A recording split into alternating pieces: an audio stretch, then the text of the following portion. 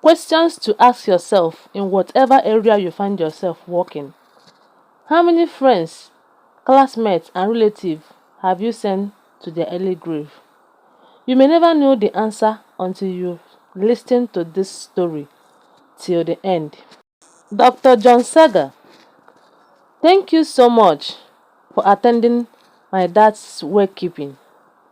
Always remember this, sir. You killed my father. These were the exact words David used to open his appreciation speech during his father's wake.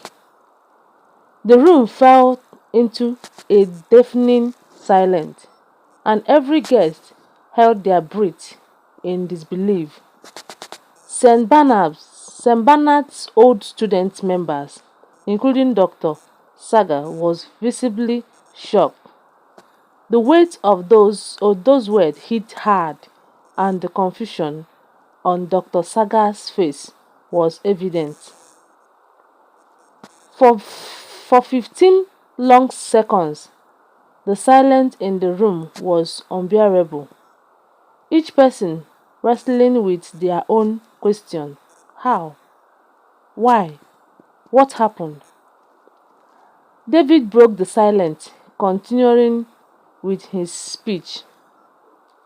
Is it true that God gave life? Okay, it is true that God gave life and take it away. But sometimes people like Judas play a tragic role in how death occur. My father's trust and respect for Dr. Saga, who happened to be the only friend and his best friend, led to his early grave. My dad didn't need your mourning today. He needed you to honor him while he was still alive by answering his calls. This is my father's phone. David held up the phone for everyone to see. The record of his call log and the WhatsApp messages is right there. Over the last 8 months, my father called you 32 times. You answered only 4 times. Each time promising to call back. On WhatsApp, he sent you 84 messages. You replied to only 22 out of those. 16 were nothing more than amen in response to his monthly prayers and the greetings. Out of the remaining 6, on Friday, 2nd of this year, you wrote, I am not in the country. I will see you when I am back in two weeks' time.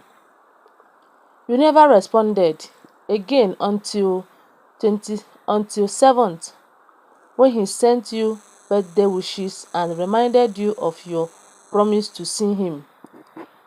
Your response was, thanks, my friend, I appreciate it. My father, trusting your medical expert, held on to the hope that you would help him.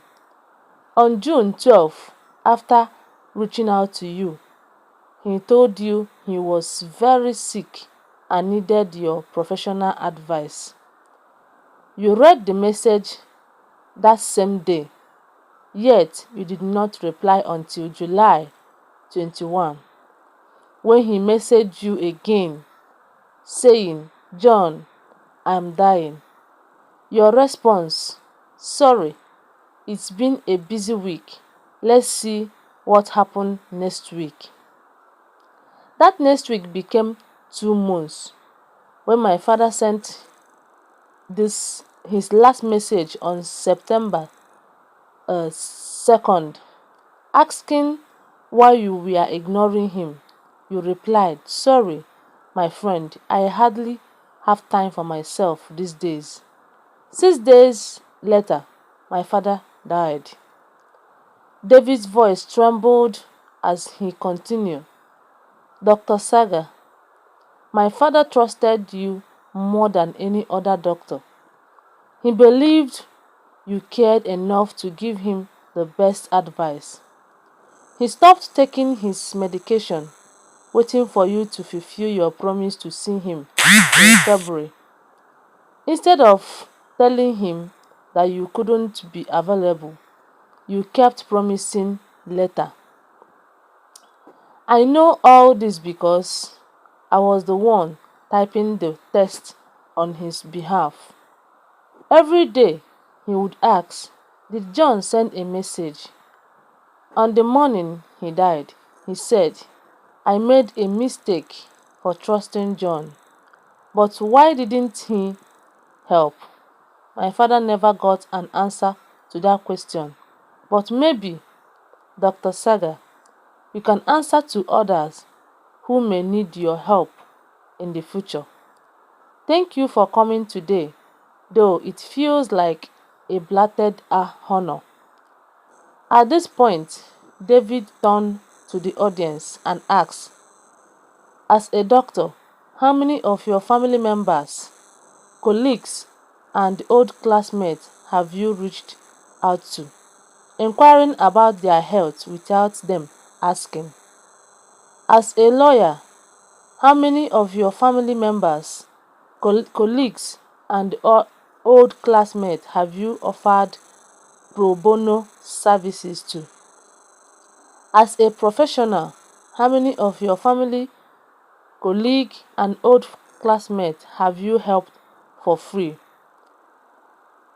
How have you positively impacted people's lives without expecting anything in return?" David paused and added, "If you haven't been doing this, please start today. Surprise people with help. It brightens and elongates life." Tears flown down Dr. Saga's face, and many in the hall wept as well. Lessons from this story: never ignore call or messages. If you are in position to help today, don't postpone it till tomorrow. I hope you understand and learn a lot from this story. Please, my friends, in whichever position you are, don't ignore calls. When you see calls, please call back. Don't postpone it till tomorrow. Thank you. I love you guys. Bye.